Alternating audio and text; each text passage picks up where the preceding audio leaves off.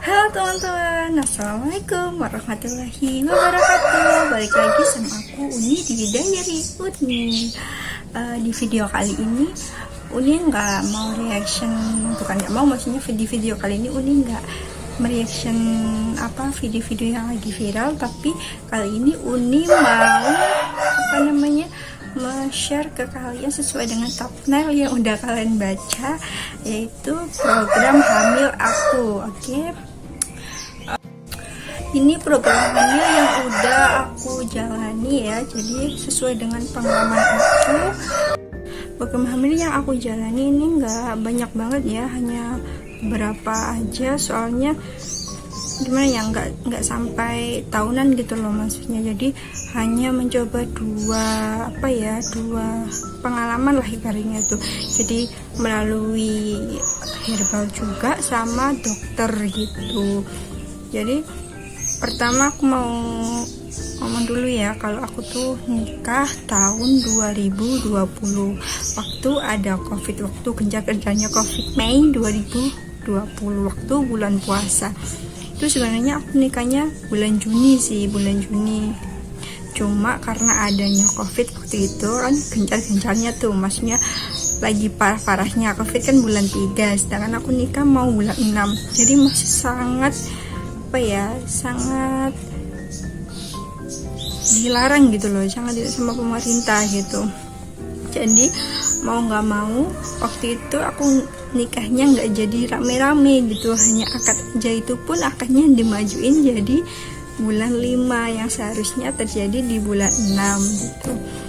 Karena waktu itu pemerintah bilang kan kalau nikah boleh tapi akad aja, dan itu hanya boleh dilakukan di bulan 5. Setelah itu nggak boleh lagi sama pemerintah, nggak tahu udah kenapa, pokoknya intinya gitulah. Sama perangkat desa itu dikasih tahu seperti itu, akhirnya udah dimajuin aja, cuma akadnya aja lah. Setelah akad kan Mei, aku sama suami tuh LDR dulu. Jadi suami kerja di Surabaya, punya di rumah, karena waktu itu kan kondisi juga nggak kondusif, kerjanya suami juga masih banyak liburnya. Jadi kalau aku ngikut suami juga gimana ya, keadaan ekonomi juga kurang baik, keadaan lingkungan juga kurang baik, jadi aku stay di rumah aja sementara.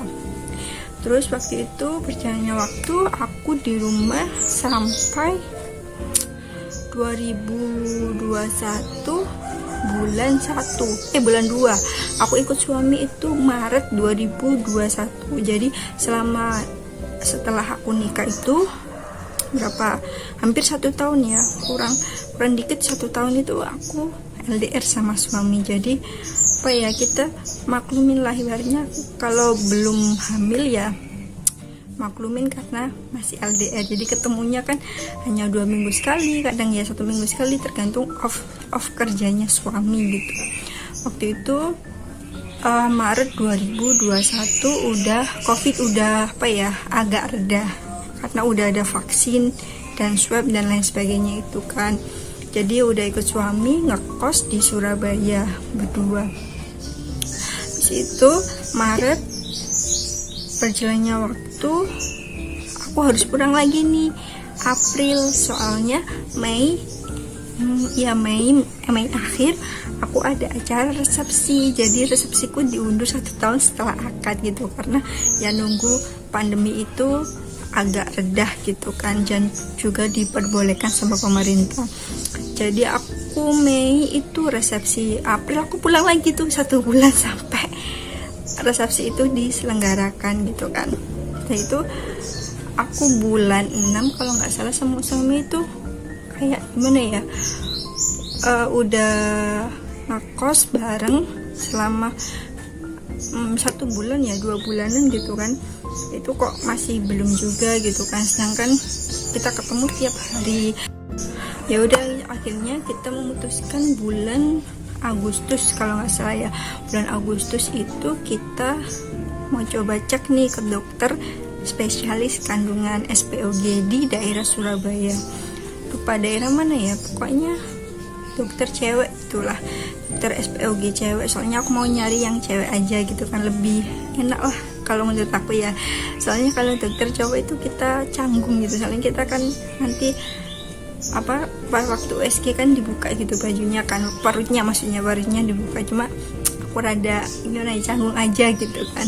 Terus akhirnya ketemu salah satu dokter SPOG perempuan di Surabaya. Sebenarnya sih agak-agak takut ya periksa di dokter kandungan, cuma gimana ya, kalau kita nggak periksa kita nggak akan tahu apa yang terjadi dalam tubuh kita itu kan.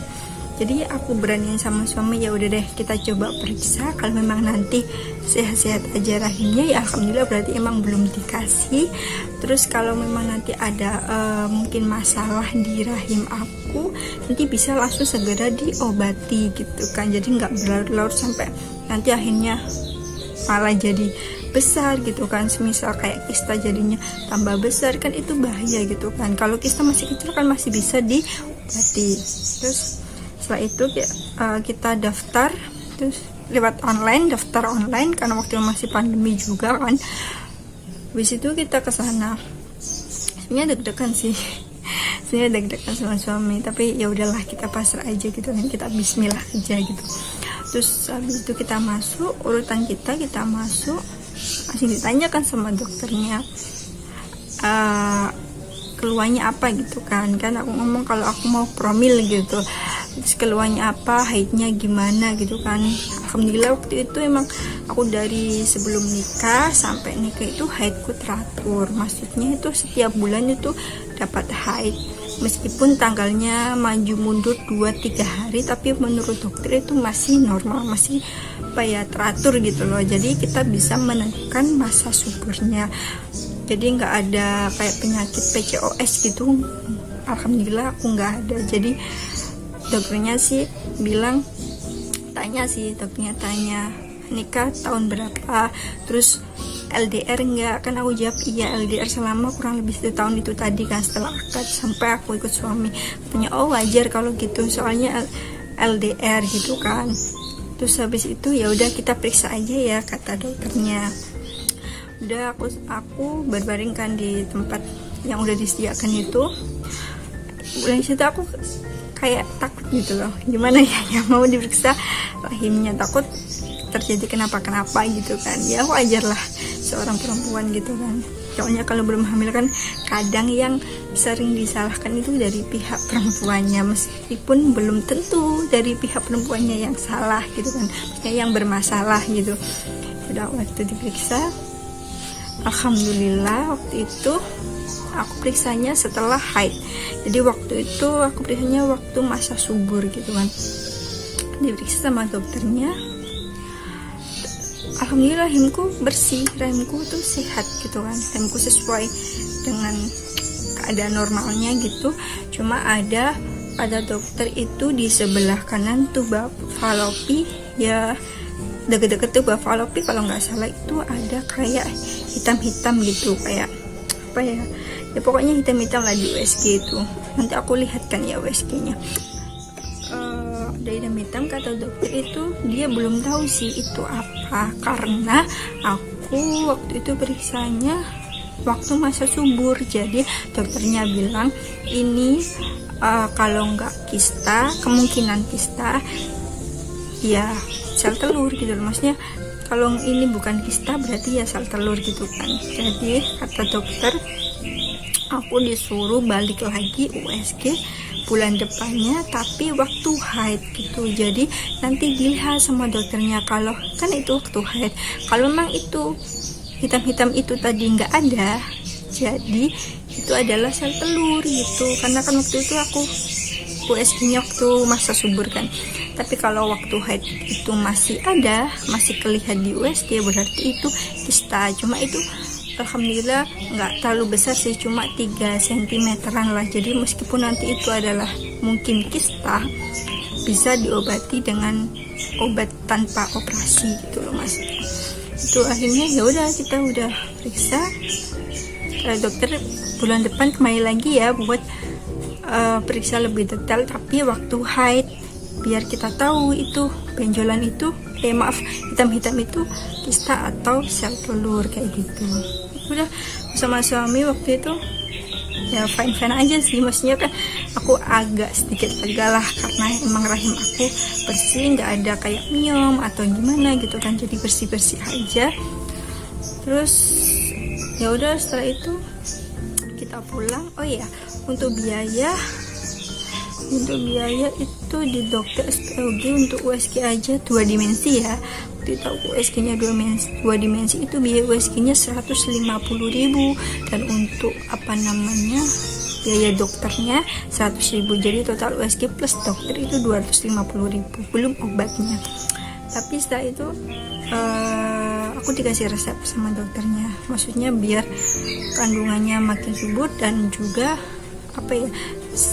di suaminya itu juga subur gitu. Aku dikasih obat, namanya itu obat Oligocare sama Ovocare. Yang Oligocare itu untuk suami, untuk yang Ovocare untuk istri gitu. Itu harganya disuruh beli 30 biji untuk 1 bulan kan, nanti aku periksanya kan 1 bulan kemudian kan, jadi suruh beli 30 biji, dan itu harganya lumayan sih kalau menurut keuangan aku ya, karena waktu itu aku kan anak kos gitu kan sama suami, jadi agak agak keberatan juga dengan harga segitu.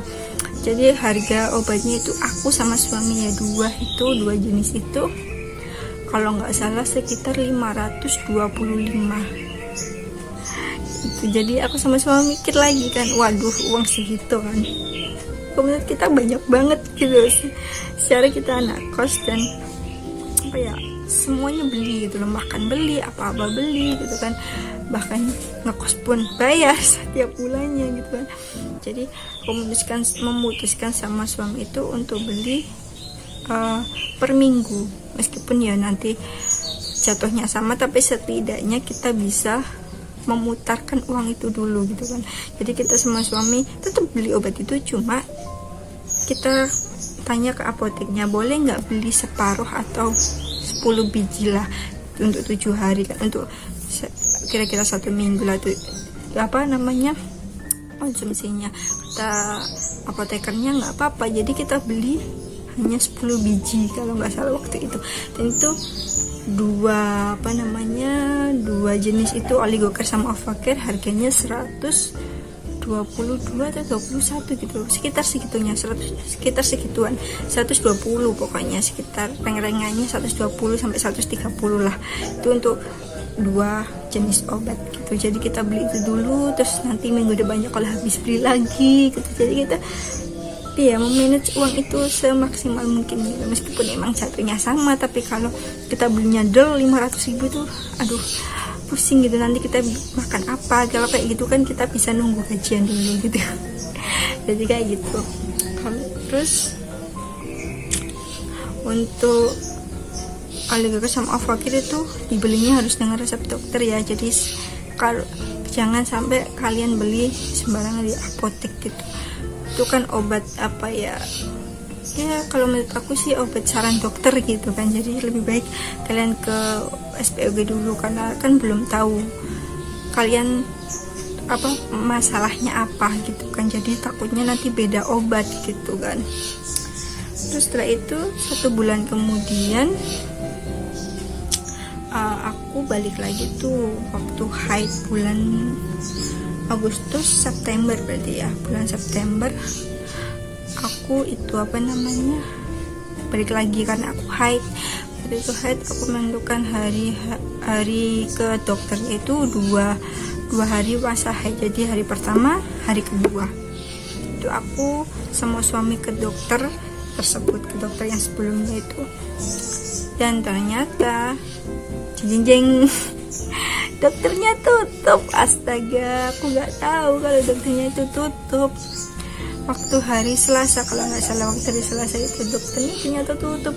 Ya apa, suamiku liburnya hari itu, kalau mau libur lagi ya minggu depan, tapi minggu depan kan haidku udah berhenti, udah selesai. Jadi ya mau nggak mau bulan depannya lagi aku harus kembali lagi kan waktu haid. Ya udah sama suami, ya udahlah bulan depan aja kalau gitu kan. Kita juga liburnya cuma hari ini gitu kan. Ya udah deh, akhirnya nggak jadi periksa gitu kan, pulang aja.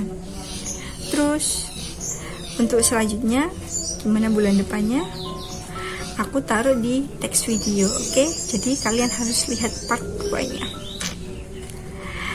Udah itu aja ya, nanti kita sambung di part 2-nya, oke? Semoga kalian sehat selalu, bahagia selalu, dan dalam lindungan Allah. Assalamualaikum warahmatullahi wabarakatuh.